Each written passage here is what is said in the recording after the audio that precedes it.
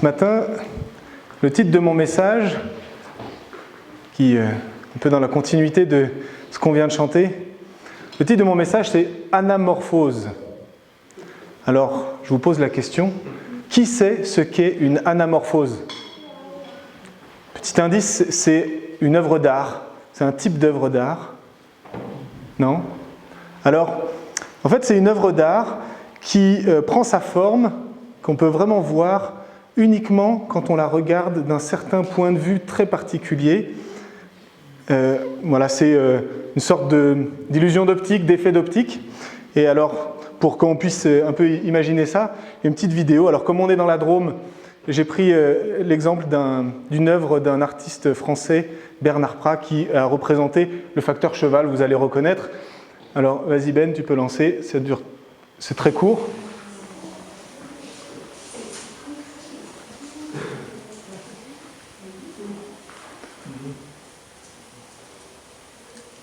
Et donc, quand on tourne autour, qu'on change de point de vue,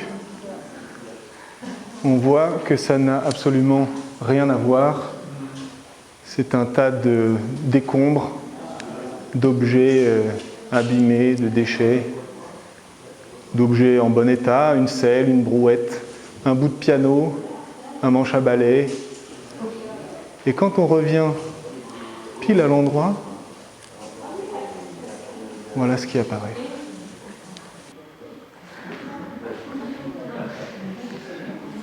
Quand j'ai vu cette vidéo, ça m'a vraiment parlé.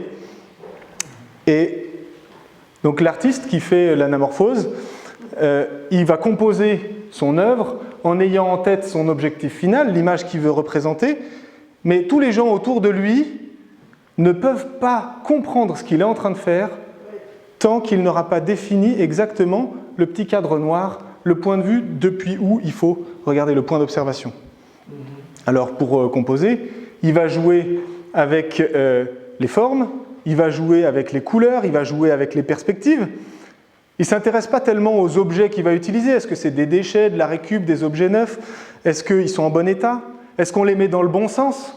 Est-ce qu'on utilise l'objet en fonction de ce pourquoi il a été créé ? Une brouette, est-ce qu'on utilise ça en sens de brouette ou une selle de vélo pour mettre sur un vélo ? Non, il ne se pose pas ces questions-là.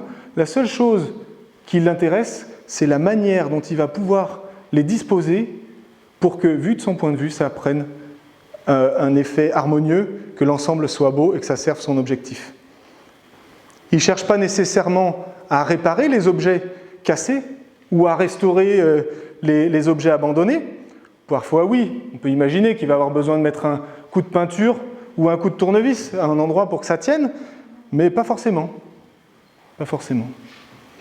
Quand j'ai vu ça, ça m'a parlé et j'ai réalisé qu'en fait, le monde dans lequel nous vivons est une vaste anamorphose dont le créateur est Dieu, le plus grand, le plus merveilleux des artistes. Et c'est de ça que nous allons parler ce matin. Alors, pour partir quand même de la parole, je vous invite à ouvrir vos Bibles dans l'Épître aux Romains, au chapitre 9.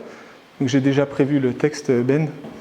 Alors, on va lire à partir du verset 14. Donc, c'est la conclusion de toute une démonstration que je vous invite à lire à la maison, parce que c'est quand même un passage très riche et intéressant. Alors, elle va être projetée en second. Moi, je vais la lire en français courant, parce que le texte est plus facile à comprendre et plus vivant. Donc, Romains 9, verset 14. « Que faut-il donc en conclure ?» Donc, c'est la fin de la démonstration. « Dieu serait-il injuste ?» Ben, certainement pas. En effet, Dieu a dit à Moïse « J'aurai pitié de qui je veux avoir pitié, et j'aurai compassion de qui je veux avoir compassion. » Ça ne dépend donc pas de la volonté de l'homme, ni de ses efforts, mais uniquement de Dieu qui a pitié. Dans l'Écriture, Dieu déclare au Pharaon, le roi d'Égypte, « Je t'ai établi roi précisément pour montrer en toi, à travers toi, ma puissance, et pour que ma renommée se répande sur toute la terre. » Ainsi, Dieu a pitié de qui il veut, et il incite qui il veut à s'obstiner. Vous me répondrez peut-être, « Ouais, mais alors, pourquoi Dieu nous ferait-il encore des reproches ? Ben oui, qui peut résister à sa volonté? Alors là, face à cette question, moi je vous répondrai une chose. Qui es-tu? Qui es-tu, toi, homme, pour contredire Dieu? Le vase d'argile demande-t-il à celui qui l'a formé, pourquoi m'as-tu fait ainsi? Le potier peut faire ce qu'il veut avec l'argile. À partir d'une même pâte, il peut fabriquer un vase précieux ou un vase ordinaire. Jusque-là. Dans la vie, on est tous amenés à des moments différents ou à des niveaux, des intensités différentes, à vivre des moments difficiles, à vivre des épreuves terribles, où nous crions à Dieu avec des « Pourquoi, Seigneur ?» C'est pas juste, Seigneur. Ou même « Tu es injuste, Seigneur !» Ça nous arrive. Ce cri du cœur, ce ressenti, sont parfaitement naturels, ils sont humains. Ce sont nos émotions qui parlent. C'est notre âme qui s'exprime. Ce n'est pas quelque chose qu'on maîtrise. Dieu il nous a créés avec des émotions et elles s'expriment. Et on peut bien être très mature dans la foi. Quand l'épreuve vous terrasse, vous ne pouvez pas dire « Oh, merci Seigneur, tu fais une œuvre merveilleuse dans ma vie.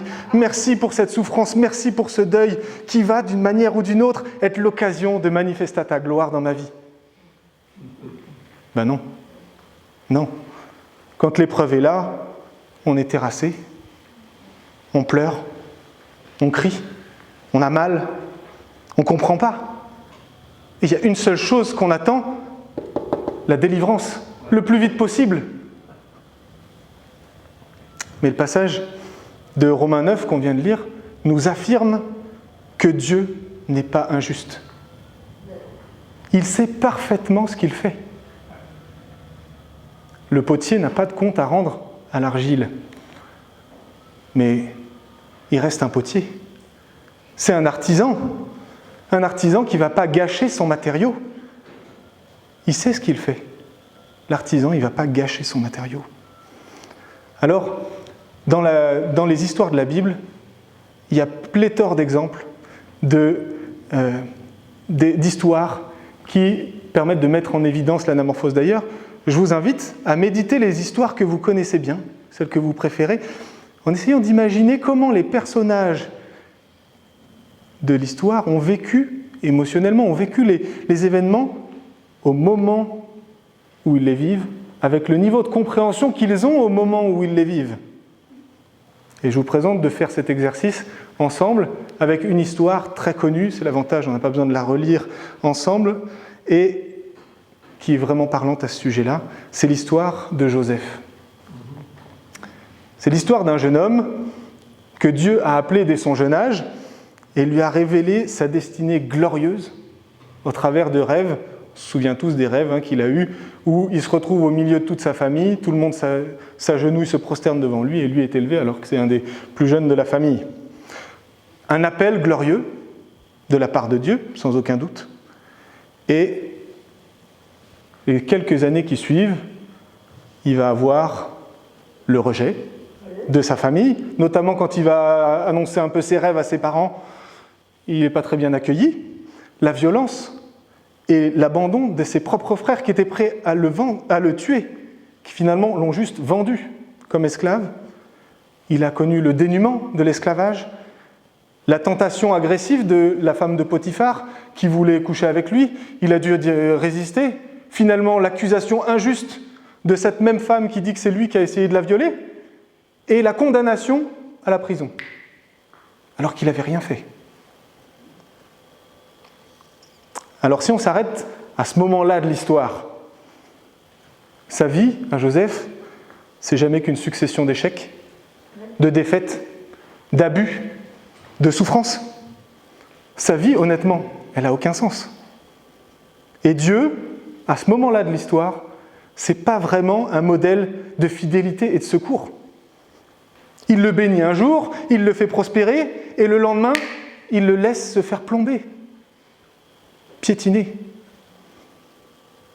Faisons un petit exercice de projection. On va imaginer, d'accord ?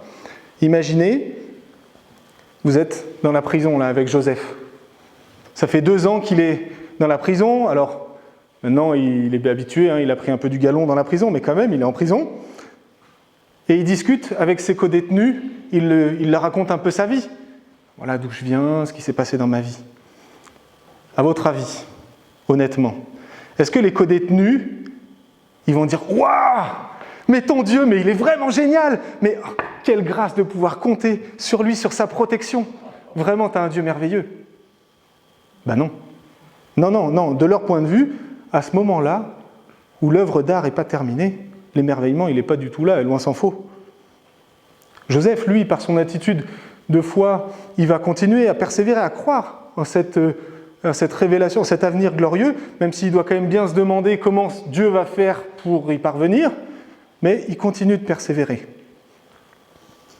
Et même le jour, vous connaissez l'histoire, hein, le jour où il a le panetier et les chansons qui viennent, il leur raconte leurs rêves, il sait que le panetier va bien finir, il lui dit « Tu penses bien à moi hein, quand tu es en faveur de nouveau avec le pharaon, quand tu es bien avec lui, tu lui parles de moi pour que je sorte. » Qu'est-ce qui se passe?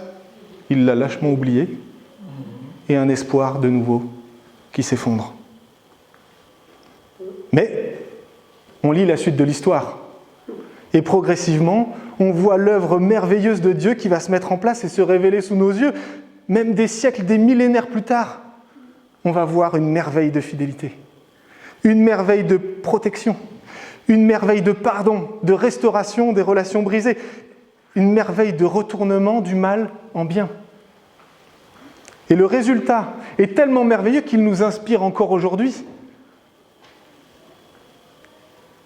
Mais est-ce qu'on réalise, quand on lit cette histoire, tranquillement, en 15 minutes, sur le canapé, avec un plaid et un mug de thé, qu'on a le bouquin entier, donc on sait qu'il y a une happy end, on sait que l'histoire continue, nous. Mais cette histoire, ça a duré quand même plus de 15 ans. Hein. Imaginez la patience. Est-ce qu'on peut imaginer une seconde que pendant toutes ces années, Joseph, il n'a jamais eu un coup de mou? Il n'a jamais eu un peu de découragement? Un moment de déprime? Alors les amis, à ce stade de mon message, j'imagine un peu au travers vos yeux que vous devez commencer à faire des ponts entre l'histoire de Joseph et vos vies. Et c'est bien, c'est un peu le but. Hein. Ça nous fait prendre du recul, ça nous permet de réanalyser les événements de nos vies. Mais honnêtement, soyons un peu modestes et réalistes. Est-ce que nous sommes toujours le personnage central et principal du chef-d'œuvre que Dieu est en train de composer? Ne sommes-nous pas plutôt, généralement, des personnages secondaires qui ont leur propre histoire, que Dieu est en train de façonner aussi, et qui interviennent ponctuellement dans le grand plan intergénérationnel de Dieu? On n'est pas non plus des grands héros, enfin moi je ne suis pas Joseph, quoi, ni Abraham, ni Jésus. Et donc, si on garde cette idée en tête, qu'est-ce qu'on pourrait dire des autres personnages de l'histoire, personnages secondaires qu'on va voir? Si on prend du recul, on voit que Dieu tisse dans l'histoire de Joseph, il va tisser l'histoire de Joseph avec quelques fils qui viennent d'une œuvre d'art, d'une toile d'à côté. Exemple, si on prend le panetier, justement, on en a parlé tout à l'heure. Le panetier, il travaillait avec Pharaon, avec les chansons. Un jour, il fait un truc, on ne sait pas quoi, et ça ne plaît pas au Pharaon. Il se met en colère, prison. Certainement qu'il n'avait quand même pas mérité la prison. Enfin, c'est peut-être pas au bon niveau. Peut-être que c'était franchement injuste de la part de Pharaon de se fâcher aussi fort. Peut-être c'était juste qu'il avait été vexé avant et qu'il a passé sa colère sur cet homme. Bon, sa situation au panetier, elle va s'arranger assez vite, ça ne va pas durer trop longtemps. Mais quand même, c'est une sacrée galère pour lui. Et imaginez sa famille à cet homme-là. Le sang d'encre qu'ils ont dû se faire. Mais il est où mon mari? Mais pourquoi il est en prison? Et pour combien de temps? Et mince, mais comment on va faire? On n'a plus de ressources pendant qu'il ne travaille plus, il est en prison. Comment on va survivre? La femme de les chansons, du panetier, elle a toutes les raisons de crier à l'injustice. Et pourquoi? Et comment? Et c'est pas juste. Alors nous, en tant qu'observateurs de cette histoire, on la lit des millénaires plus tard, depuis le point de vue de Dieu, qui nous est raconté dans la Bible. On comprend. On comprend que sans cet événement du panetier, cet épisode du panetier, placé là précisément à dessein par l'artiste, le chef-d'œuvre de la vie de Joseph ne serait pas aussi brillant, aussi merveilleux. Et la promesse que Dieu a faite à Abraham n'aurait pas été aussi bien accomplie sans ce petit épisode qui rajoute un peu de saveur. Nous, on le voit. Mais lequel d'entre nous serait prêt à aller faire accepter ça à la femme du panetier, au moment où elle ouvre sa dernière boîte de conserve pour nourrir ses enfants en se demandant comment on va faire demain ? Pour elle, c'est une folie, c'est une absurdité. Tout est une question de point de vue et de timing. Pour voir pleinement l'œuvre d'art que Dieu est en train de faire, il faut avoir le point de vue et le timing de Dieu. Autrement, on ne comprend pas tout. Alors nos vies font partie de cette anamorphose qui prend place pour la gloire de Dieu, le maître potier, l'artiste créateur. Mais parfois, même si on sait que c'est une œuvre d'art, il est difficile de comprendre pourquoi Dieu permet certaines choses dans nos vies. Pourquoi il ne nous préserve pas de certaines souffrances ? Pourquoi il ne nous guérit pas de certaines maladies ? Pourquoi il a permis le décès de cet enfant ou la stérilité de cette femme ? Pourquoi cet épisode de chômage qui s'éternise ? Pourquoi cette injustice au travail ? Pourquoi cette condamnation à tort ? Pourquoi cette erreur médicale ? Pourquoi ? Pourquoi il n'a pas empêché mon enfant de sombrer dans la drogue et la délinquance alors que mes autres enfants qui ont eu la même éducation, le même amour, ils ont suivi le droit chemin ? Pourquoi ? C'est pas juste. Alors certains d'entre vous, vous connaissez déjà notre histoire avec Marion, et je ne vais pas rentrer dans les détails ce matin, mais on a aussi traversé des saisons d'orage. Début de notre mariage, Marion et moi, on avait le désir d'avoir une famille nombreuse, 4 enfants minimum. Et donc on a commencé tôt. Et à la naissance de Clovis, les choses ne se sont pas vraiment passées comme prévu. Et l'histoire s'est arrêtée net. Au premier de la liste, à seulement 23 ans, d'après les hommes, il sera le premier et le dernier enfant de Marion. Et voilà. Voilà. Inutile de dire combien la douleur de l'anéantissement de nos projets a pu être forte. Combien la tristesse et la dépression ont rôdé autour de notre maison. Ils sont même rentrés parfois. Les cris, les larmes, la colère contre Dieu et la souffrance à chaque fois que des amis ou des membres de notre famille nous annonçaient une naissance à venir. Puis, on a espéré quand même. On a proclamé un miracle. Bien évidemment, Dieu peut guérir, évidemment. Puis on a lu des témoignages de gens à qui il était arrivé exactement la même chose et qui ont été guéris.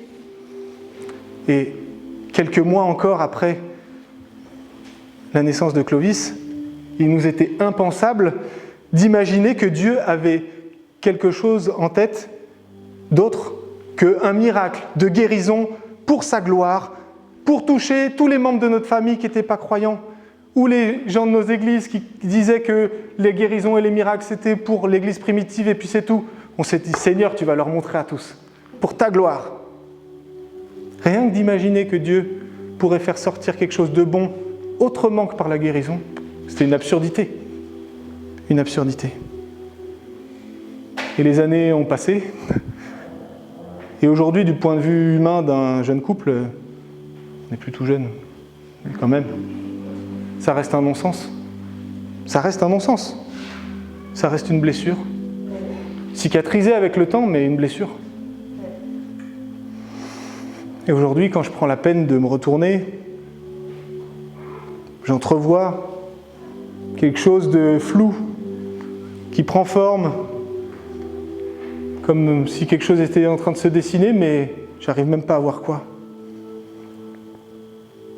Il y a des jours où la cicatrice se détend un peu, et j'arrive à imaginer, à entrevoir, à trouver des bonnes choses qui nous sont arrivées grâce à ça. Mais tant que je ne me mets pas dans le cœur de Dieu, dans son sein, pour partager son point de vue, jamais on pourra dire « Merci Seigneur, ça valait le coup ».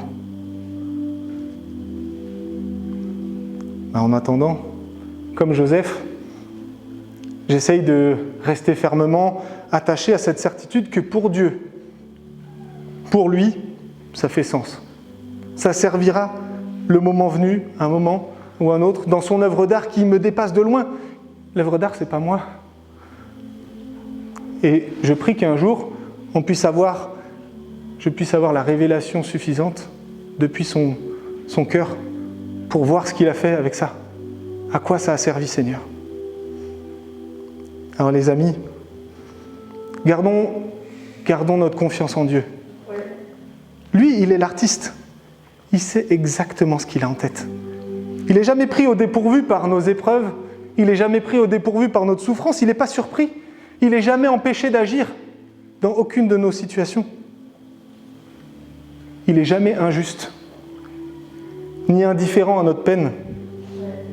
Mais, comme l'artiste, il travaille à un projet qui nous dépasse de loin et pour lequel un vase brisé peut être utile.